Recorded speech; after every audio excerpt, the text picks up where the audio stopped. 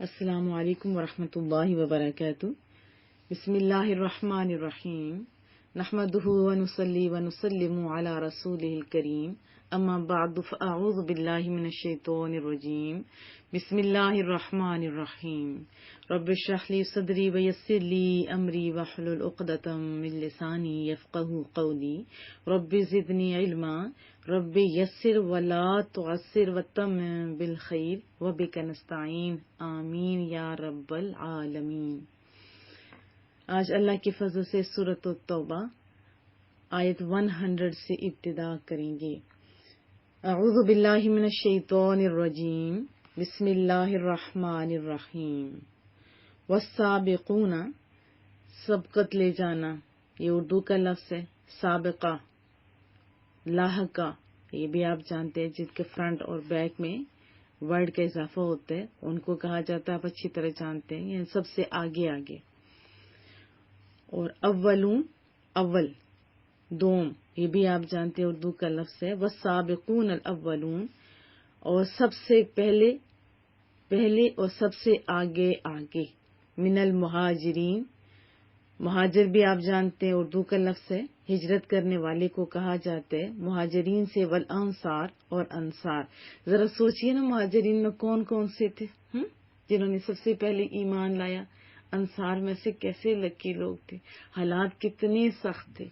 اس حالات میں کیا کوئی بندہ سوچ سکتا ہے کہ ایمان لائے گا؟ یعنی ایمان لانا مصیبتوں کو، تکلیفوں کو دعوت دینا تھا، اور انہوں نے سارا کچھ قربان کیا، وطن، خونی رشتے، سر کٹائے، مال دولت، سب کچھ اللہ کی راہ میں دیا۔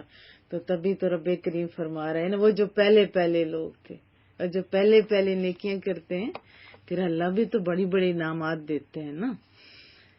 فرمایا گیا کہ سب سے آگے آگے، سب سے پہلے ایمان لانے والے مہاجرین اور انصار سے، والذین، اور جنہوں نے اتبعوہم، ان کی اتباع کی، ہم کی ضمیر راجع ہو رہی ہے مہاجرین اور انصار کی طرف، جنہوں نے ان کی پیروی کی۔ جیسے رسول اللہ نے فرمایا کہ میرے تمام صحابہ ستاروں کے مانند ہیں، جس نے کسی ایک کی بھی پیروی کی وہ فلاح پا گیا۔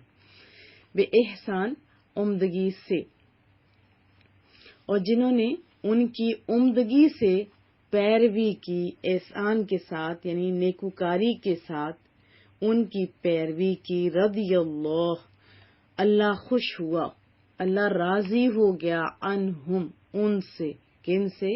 مہاجرین انصار، اور جنہوں نے ان کی اتباع کی تھی عمدگی کے ساتھ، ان سے بھی اللہ راضی ہو گیا۔ ورضوا عنہ، اور وہ جن کی بھی باتیں ہو رہی ہیں نا، وہ اللہ سے راضی ہو گئے، وہ اللہ تعالیٰ سے راضی ہو گئے اور اللہ تعالیٰ ان سے راضی ہو گیا۔ وَأَعَدَّ، اور اس نے تیار کر رکھے ہیں، لہم، ان کے لیے، ان کی ضمیر راجع ہو رہی ہے جن کی پیچھے تعریفیں ہو رہی تھیں۔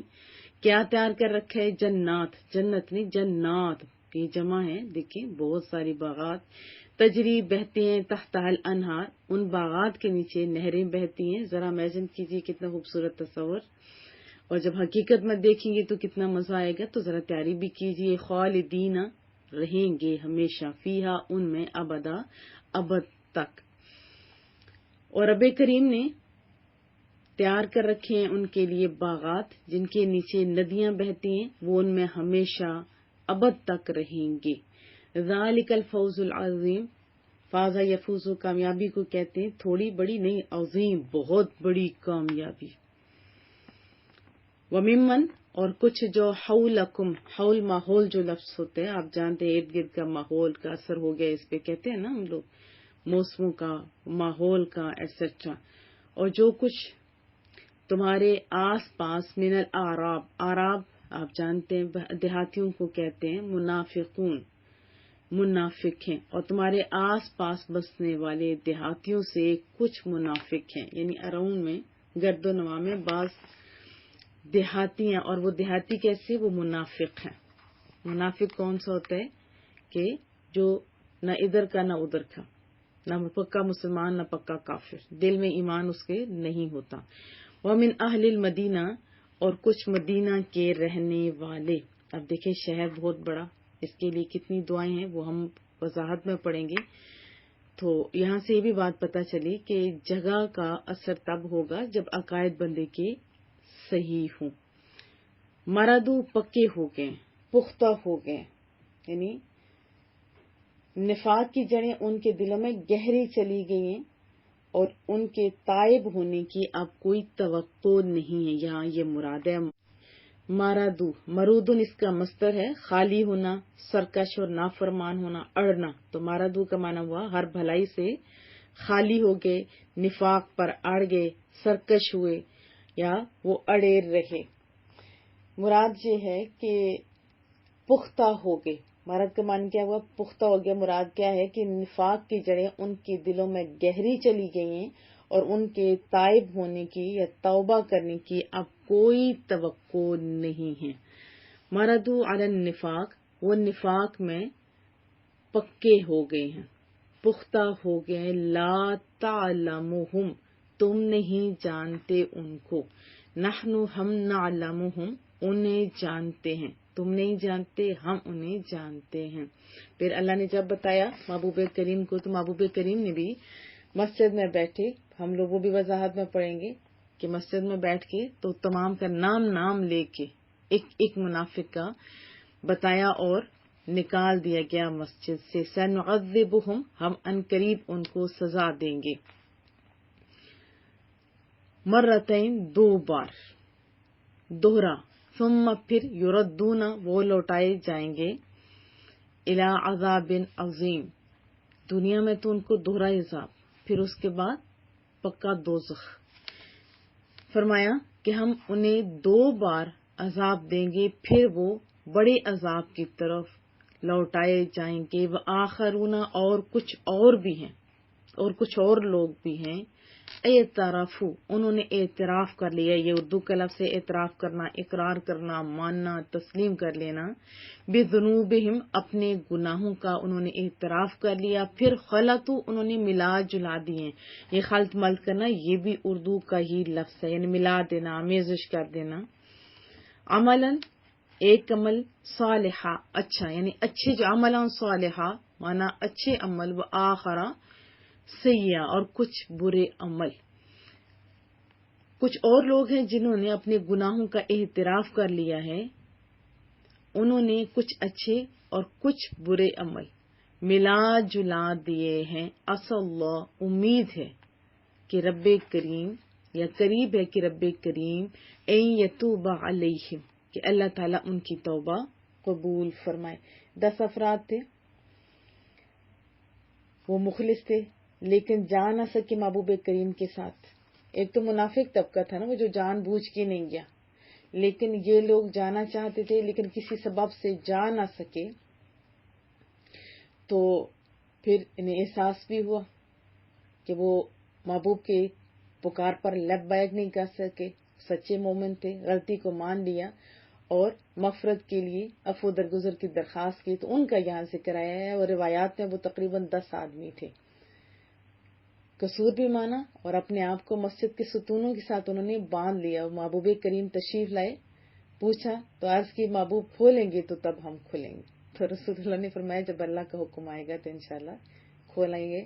پھر کھولا گیا اور کھولا مبارک ہاتھوں سے. دیکھیں نا کیسے وہ لوگ لکی تھے. محبوب کا زمانہ، محبوب کو دیکھ بھی رہے ہیں اور اتنی محبتیں.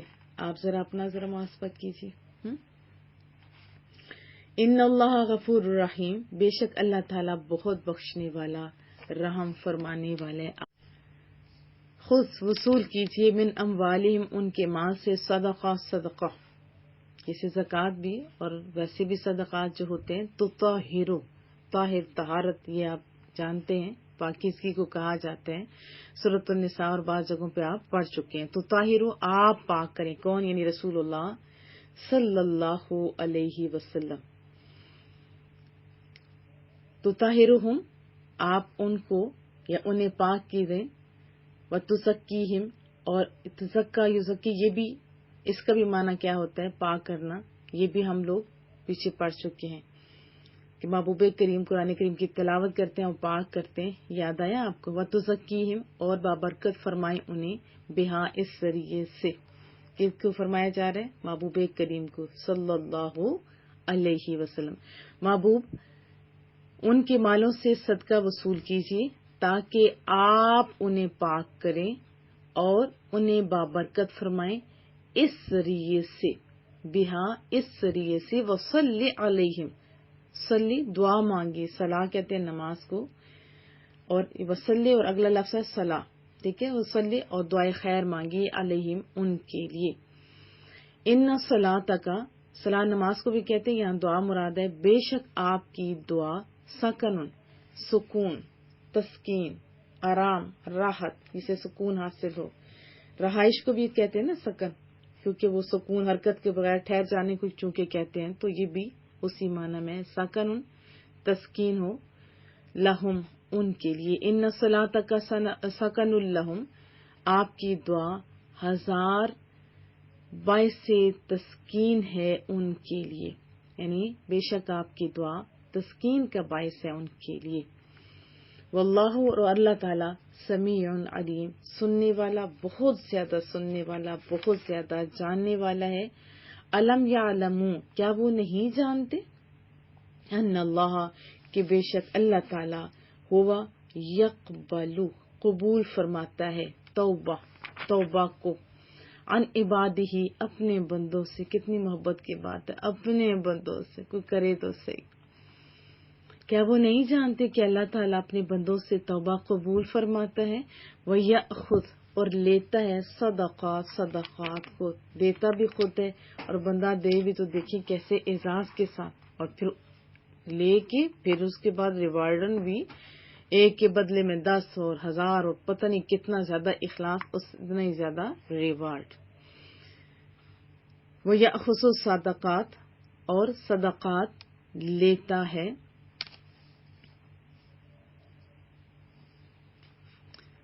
وَأَنَّ اللَّهَ، اور بے شک اللہ تعالیٰ، هُوَ التَّوَّابُ الرَّحِيمُ، توبہ قبول کرنے والا، ہمیشہ رحم فرمانے والا ہے۔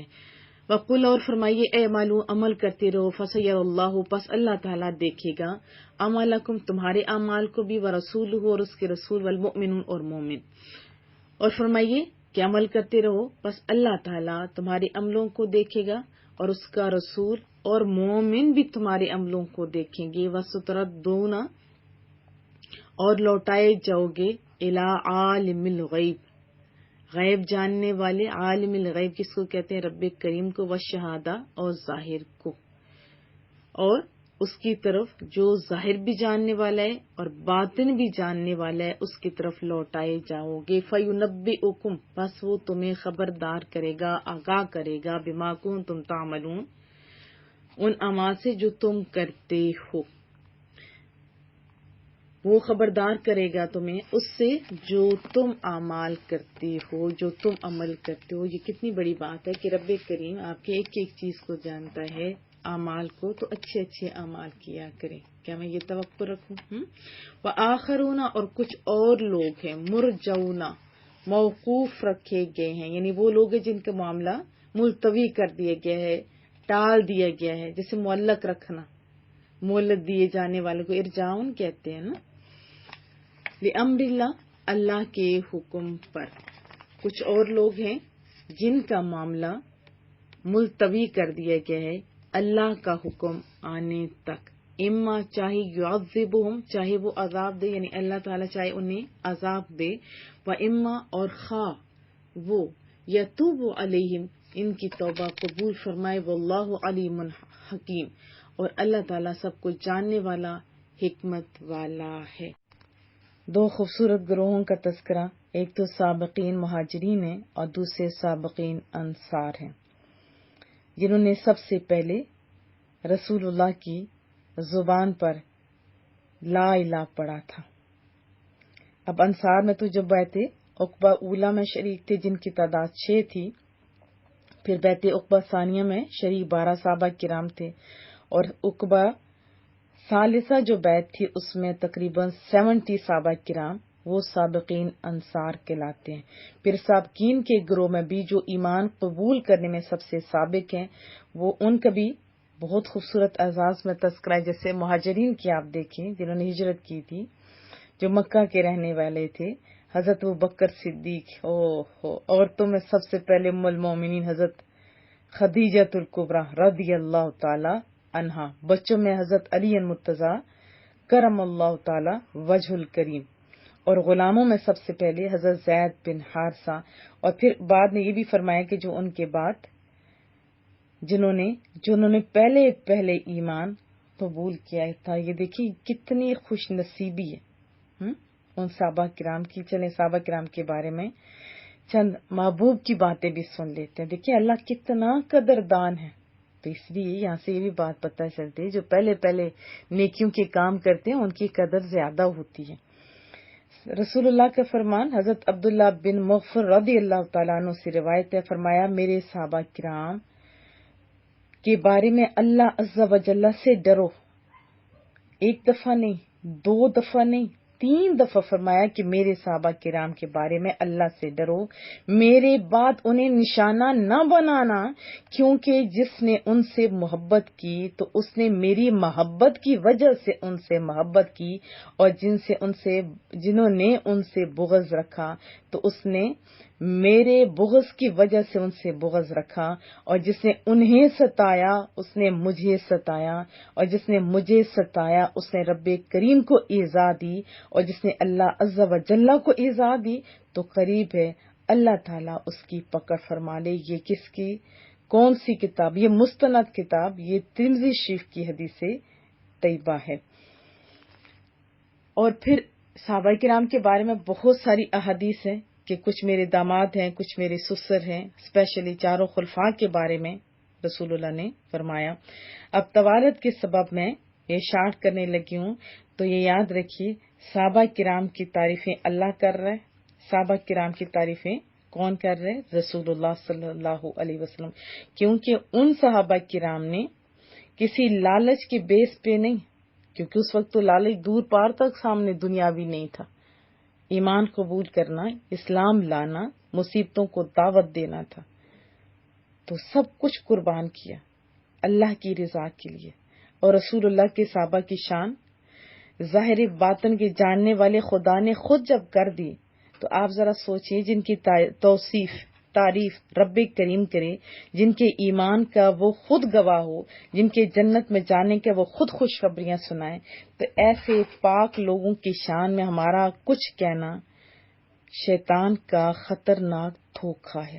تو صحابہ کرام اس لیے تو شمع توحید پر پروانہ وار نثار نہیں ہوتے تھے کہ 14ویں صدی کے بے عمل مسلمان ان کی تعریف کریں، نہیں، انہوں نے کیوں کیا سب کچھ؟ اللہ کی رضا کے لیے، رسول اللہ کی خوشنودی کے لیے، اور وہ انہیں حاصل ہو گئی۔ اگر اللہ تعالیٰ کی رضا حاصل ہونے کے بعد ساری دنیا بھی ان کی جناب میں کچھ غلط بات کہتی ہے تو ان کا کچھ بھی نہیں بگڑتا۔ تو یہاں بات سمجھ آئی کہ نیکی کرنا یقیناً بہت اچھی بات ہے، لیکن نیکی میں پہل کرنا اس کی فضیلت زیادہ ہے، اس میں موٹیویشن بھی ہے۔ آپ ذرا اپنا محاسبہ کیجیے، اور خالی صحابہ کے نہیں بلکہ صحابہ کو دیکھنے والوں کے بارے میں حضرات کو جو تھے وہ اس کا بھی آپ دیکھیں کہ حضرت عبداللہ بن مسعود سے روایت ہے، رسول اللہ صلی اللہ علیہ وسلم نے فرمایا کہ بہترین لوگ میرے زمانے کے ہیں، اور پھر جو لوگ ان کے قریب ہیں، یہ بخاری شریف کی حدیث طیبہ ہے۔ حضرت ابو سعید خدری سے مروی ہے، رسول اللہ نے فرمایا لوگوں پر ایک ایسا ٹائم آئے گا کہ جب وہ بکثرت جمع ہو کر جہاد کریں گے، ان سے پوچھا جائے گا کہ کیا تم میں کوئی ایسا شخص ہے جو رسول اللہ صلی اللہ علیہ وسلم کی صحبت میں رہا ہو؟ لوگ کہیں گے کہ ہاں، یعنی صحابہ کا پوچھیں گے، تو فرمایا محبوب نے تو اس گروہ کو فتح حاصل ہو جائے گی۔ پھر ایک ٹائم آئے گا کہ تعداد زیادہ ہوگی، جہاد کریں گے، پوچھیں گے کہ کیا تم میں کوئی ایسا شخص ہے جس نے رسول اللہ کے اصحاب کی صحبت پائی ہو؟ وہ جواب دیں گے ہاں، تو پھر فرمایا انہیں بھی فتح حاصل ہو جائے گی۔ پھر لوگوں پر ایسا ٹائم آئے گا کہ وہ بڑی تعداد میں جمع ہو کر جہاد کریں گے، ان سے پوچھا جائے گا کہ کیا تمہارے درمیان کوئی ایسا شخص ہے جس نے رسول اللہ کے اصحاب کی صحبت سے مشرف ہونے والوں کی صحبت کا شرف حاصل کیا ہو؟ لوگ اس بات میں جواب دیں گے تو انہیں بھی فتح دی جائے گی. یہ بخاری شریف کی حدیث طیبہ ہے. یعنی صالحین کی برکت کتنی ہوتی ہے. محبوب کریم کی صحبت میں رہنے والے صحابہ، ان کی وجہ سے فتح، پھر تابعین، پھر تبع تابعین، اور ہر دور میں جو صالح شخص ہوتے ہیں ان کا بڑا مقام ہوتا ہے، اور ان کا تو خصوصی بڑا مقام ہے.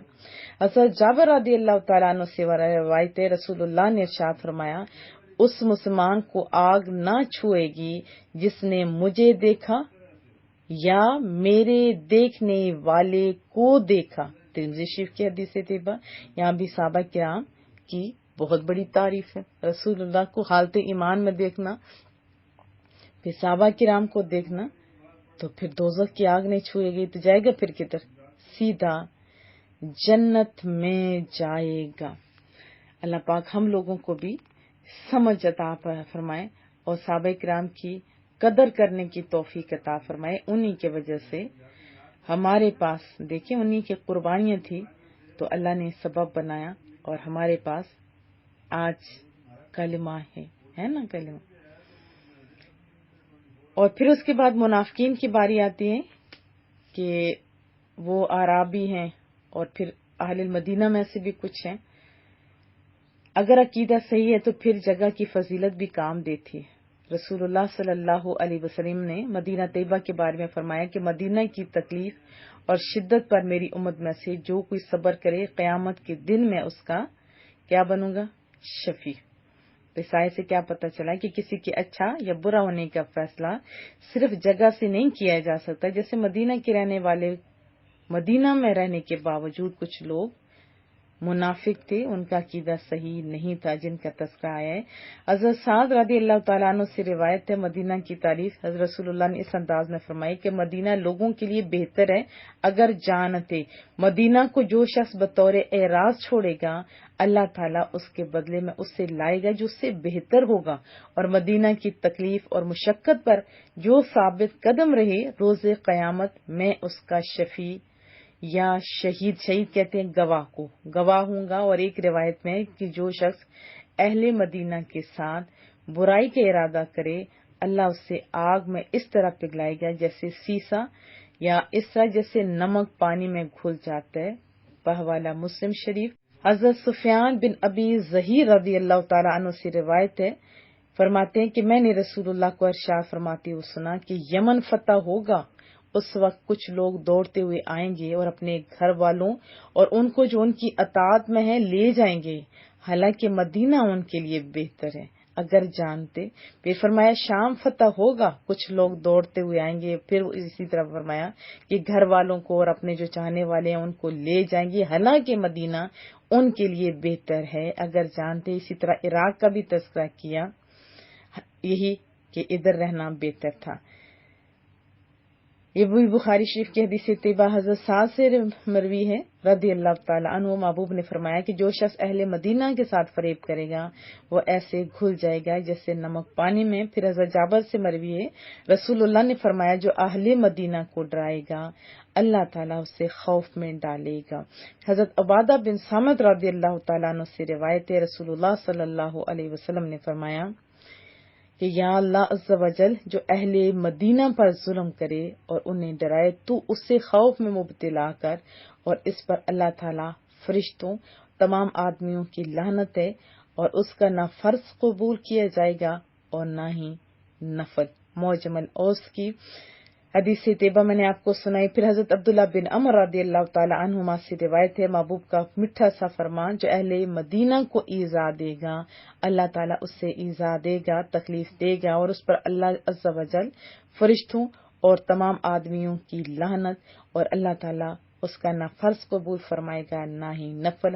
حضرت عبداللہ بن عمر رضی اللہ تعالی عنہما سے روایت ہے، رسول اللہ صلی اللہ علیہ وسلم نے فرمایا جس سے ہو سکے کہ مدینہ میں مرے تو مدینہ ہی میں مرے، کہ جو شخص مدینہ میں مرے گا میں اس کی شفاعت فرماؤں گا. بحوالہ ترمذی شریف. مدینے کی قدر ان سے پوچھیں جو محبوب کے ساتھ تھے، صحابہ کرام، تابعین، تبع تابعین اور بڑے بڑے علماء کرام، مفتیان اعظام. پچھلے دنوں میں یہاں کے بھی ایک بڑے مفتی صاحب صرف اس لیے گئے مدینہ طیبہ کہ میں محبوب کے شہر میں جاؤں، وہاں رہوں اور درود و سلام بڑی محبتوں اور عقیدتوں کے ساتھ پڑھوں. میں محبوب کے شہر میں جا رہا ہوں. جب ان کا میسج آیا کہ میں محبوب کے شہر میں جا رہا ہوں، اللہ کے پاس ہی عمرہ تھا، عمرہ بھی کر سکتے تھے، عمرہ کی بھی بہت بڑی شان ہے، لیکن یہ محض اس لیے بتایا کہ ابھی بہت سارے لوگ کہتے ہیں کہ عمرہ تو کر کے اس شہر کی کیا بات ہے، کوئی بات نہیں، بس ایک دفعہ چکر زیارت ہو جائے گی. یہ میں بتا رہی ہوں کہ نہیں، مدینہ کی بڑی شان ہے، مدینہ طیبہ کی بڑی شان ہے. پھر اس کے بعد منافقین کا تذکرہ آیا تو رسول اللہ صلی اللہ علیہ وسلم جمعہ کے دن خطبہ کے لیے قیام فرمایا اور نام لے لے کے منافقوں کو نکالا. تو مسجد سے چند لوگوں کو رسوا کر کے نکالا. اس سے کیا پتہ چلا کہ محبوب کریم کو بھی منافقین کے حال کا علم تھا. یاد رکھیے عالم الغیب رب کریم کی ذات ہے، لیکن علم کی دو اقسام ہیں علم غیب کی، ایک ذاتی اور ایک ہے عطائی. ذاتی علم اللہ کے پاس ہے اور عطائی علم رسول اللہ کو بھی اللہ نے اور انبیاء اعظام کو بھی دیا ہے، جس کا ہم نے بہت دفعہ ذکر قرآن کریم میں بھی پڑھ چکے ہیں، جیسے حضرت عیسیٰ علیہ السلام کا. ٹھیک ہے، ابھی تو خیر ڈیجیٹل دور ہے، جدید دور ہے، موبائل سے بہت چیزیں پتہ چل جاتی ہیں کہ جب یہ اتنا فاسٹ ہے سگنل اللہ کے لے کے، تو پھر وہ جو ڈائریکٹ جن کے رابطے ہیں اللہ سے، ان کی کیا شان ہوگی.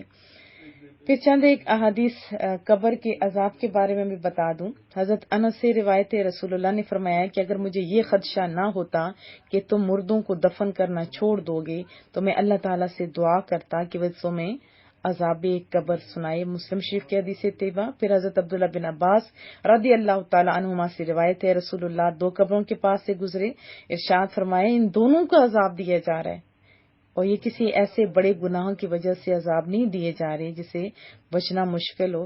پھر فرمایا کیوں نہیں، بے شک وہ گناہ مصیبت میں معصیت میں بڑا ہے. ان میں سے ایک چغلی کھایا کرتا تھا اور دوسرا پیشاب کے چینٹوں سے نہیں بچتا تھا.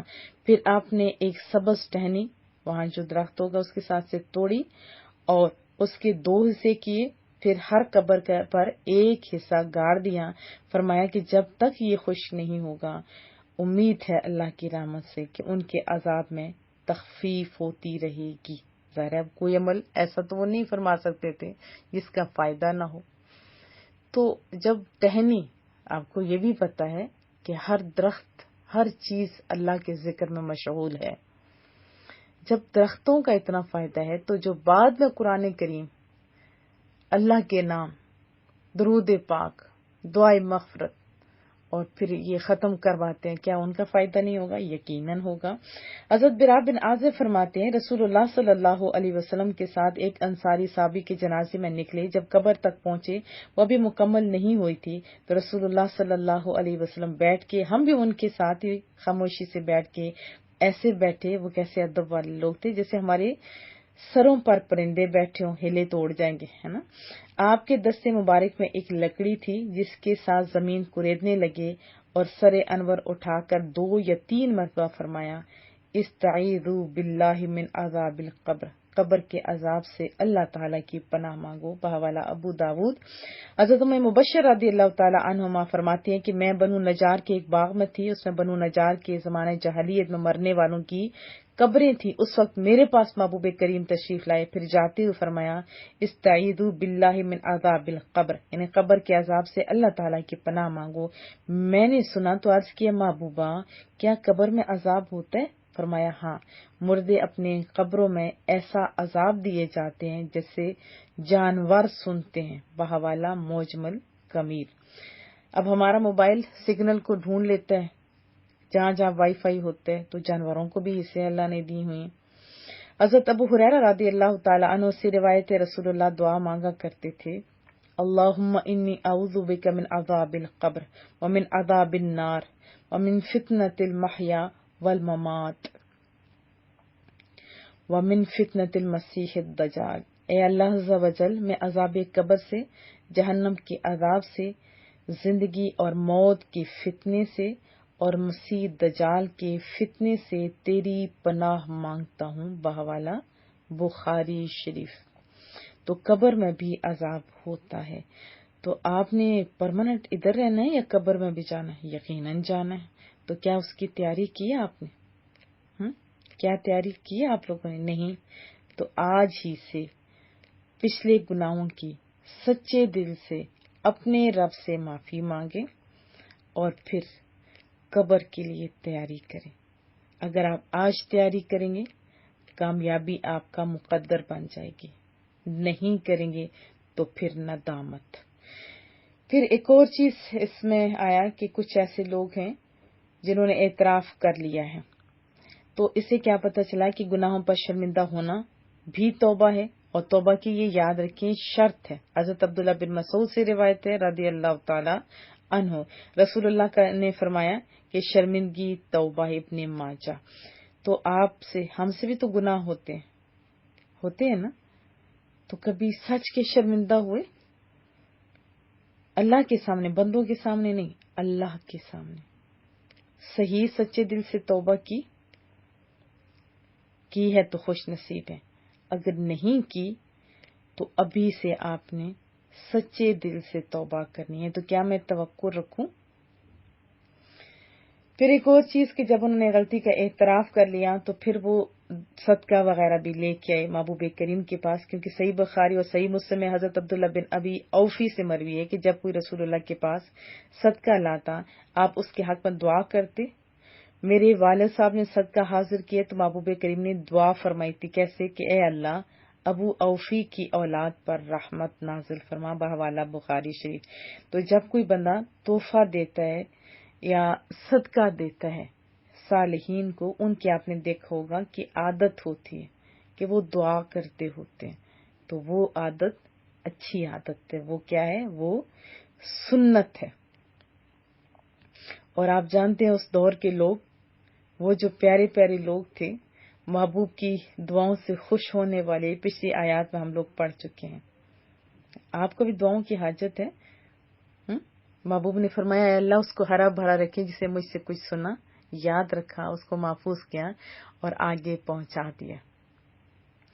تو آج بھی صالحین کی جو خدمت کرتے ہیں، دعائیں لیتے ہیں، وہ بھی بہت خوش نصیب ہیں.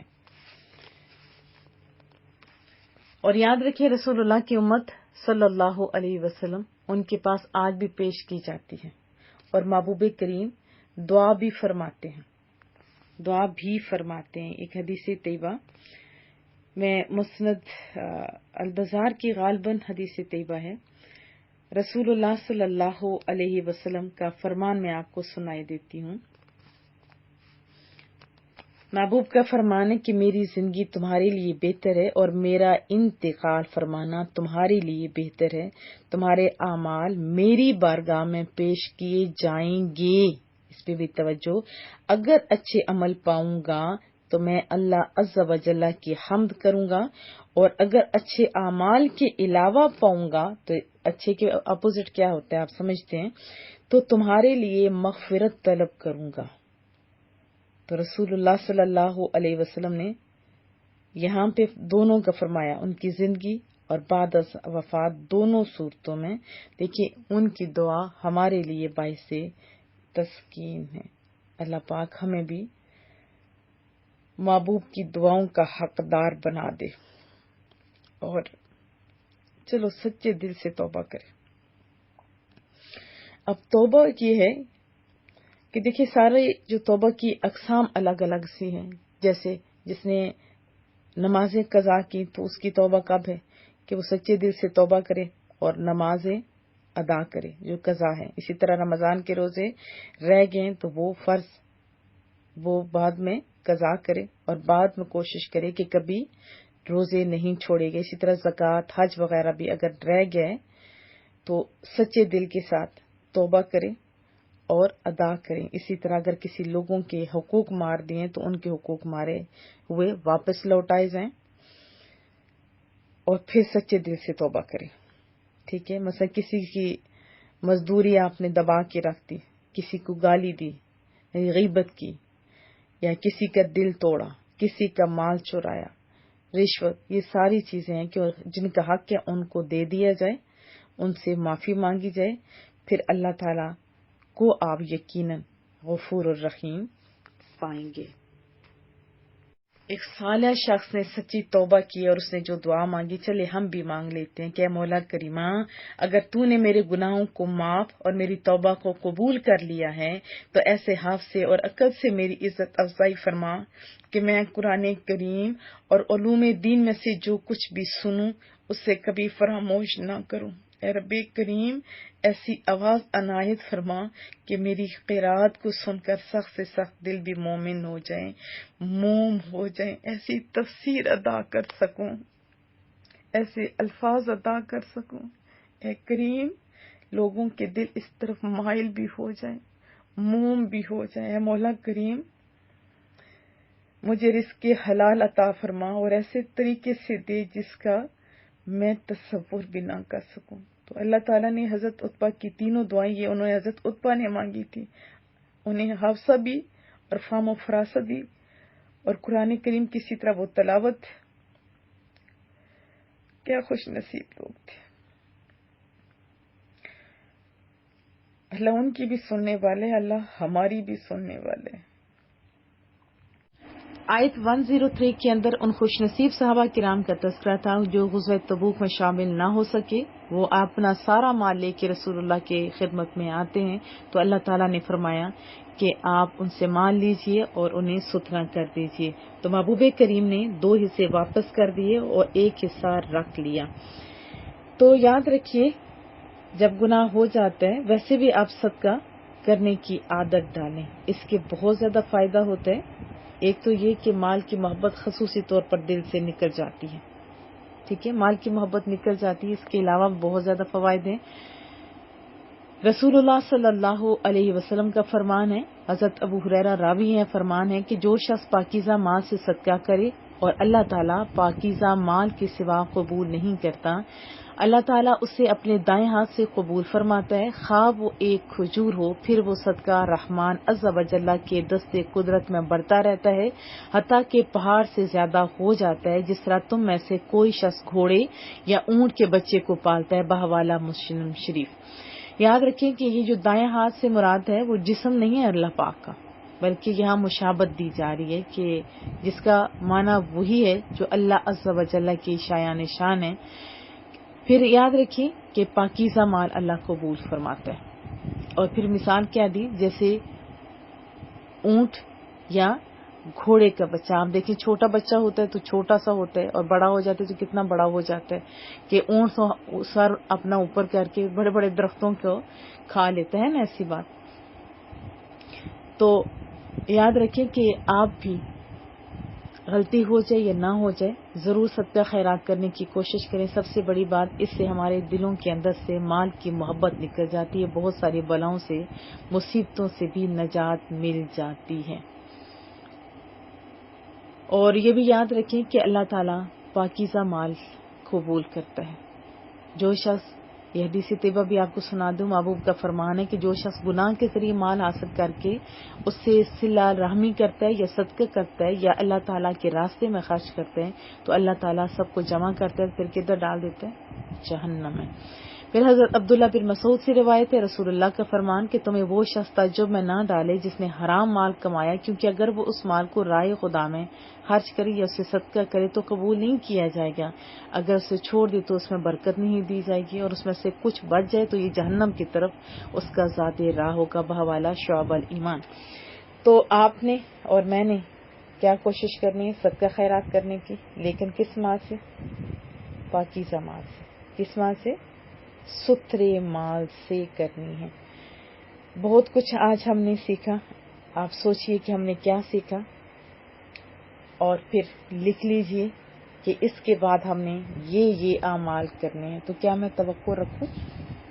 کیونکہ ہمارے تمام اعمال کو اللہ تعالیٰ دیکھ رہا ہے اور ہم خوش نصیب ہیں، سونے کے مال سے دیتے ہیں تو دیکھیں وہ قبول بھی کرتا ہے، باقی ریٹرن بھی ہمیں کر دیتا ہے، ہم تو فائدے ہی فائدے میں رہتے ہیں۔ کریم رب سے دعا مولا کریمہ جو بھی ہمارے معاونین ہیں سب پہ اپنا فضل، اپنا کرم فرما، ہمارے تمام اداروں، ہمارے گھروں پہ، ہمارے بچوں پہ، عزیز و اقارب پہ خصوصی رحم فرما، ہر سننے والے پہ سنانے والے پہ، فارورڈ کرنے والے، لکھنے لکھانے، سب کو اللہ کامیابیاں کامرانیاں نصیب فرما.